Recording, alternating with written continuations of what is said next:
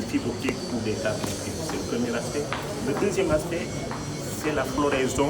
Le pays est en chantier, tout le monde le sait, par la grâce de Dieu, par la politique également et la vision du chef de l'État, le pays est en chantier, donc il y a une floraison d'immeubles qui essaiment un peu partout. Donc il y a ce phénomène de masque qui contraint la propagation du signal électrique. Donc ça c'est le deuxième aspect. Et le troisième aspect, qui est non moins important, c'est le vol des câbles. Le vol des câbles, il peut se pratiquer sur l'horizontalité comme sur la verticalité. Donc aujourd'hui, nous avons le plaisir de recevoir l'ensemble des acteurs pour initier une réflexion qui s'inscrit dans le cadre de la prospective, dans le cadre de la mission du développement de la qualité de service qui a été développée par la direction des réseaux de la RTP. Donc c'est une stratégie qui se découle de 2020 à 2023 qui, au terme de son action, nous amènera à avoir en tout cas une qualité de service. Est-ce que vous avez une estimation des pertes? Quelle solution pour endiguer ce phénomène? Vous savez, l'estimation n'est pas importante, on va le dire ainsi, parce que un seul câble coupé peut entraîner l'arrêt total du réseau, surtout si ce réseau n'est pas redondé, si les chemins ne sont pas redondés.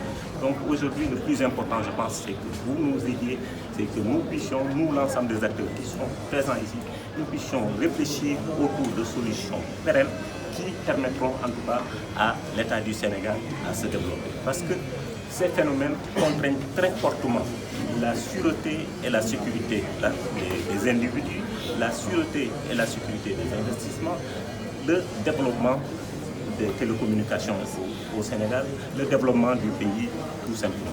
Pourquoi les câbles sont si convoités? Les câbles sont convoités parce qu'il s'agit de cuivre, il s'agit de la fibre optique. Il arrive même que les gens volent des câbles sans savoir ce qu'ils en feront. Donc c'est le voleur, quand il a envie de voler, il vole tout ce qu'il trouve à portée de main, en pensant qu'il le fluidifie. Et nous avons aujourd'hui la présence, le plaisir d'avoir avec nous la présence des forces de l'ordre, des forces de douane, qui vont nous aider en tout cas dans la réflexion à arriver à des solutions concertées qui nous permettront en tout cas de juguler ce problème. Cette dernière semaine, il a été fait attention pour sujet sensible sur lequel nous préférons ne pas trop communiquer. Aujourd'hui, ce qui est important, c'est que ce qui est visible et flagrant, c'est que l'Afrique est devenue la cible des cyberattaques. L'Afrique est devenue la cible des malveillances et des hackers. Tout le monde se fait hacker. Vous avez vu la dernière fois le Premier ministre d'un très grand pays occidental, son téléphone a été hacké. Cela ne nous dédouane pas. Cela ne nous dédouane pas, mais cela nous amène à redoubler d'efforts.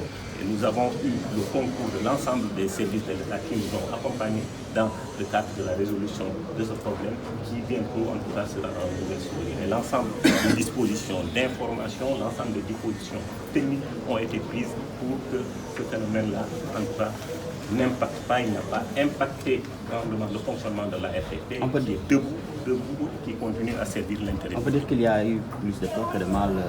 Plus de peur que de mal, et Inch'Allah, la RTP continuera sa fonction de mission de service de l'intérêt général du Sénégal. Merci beaucoup.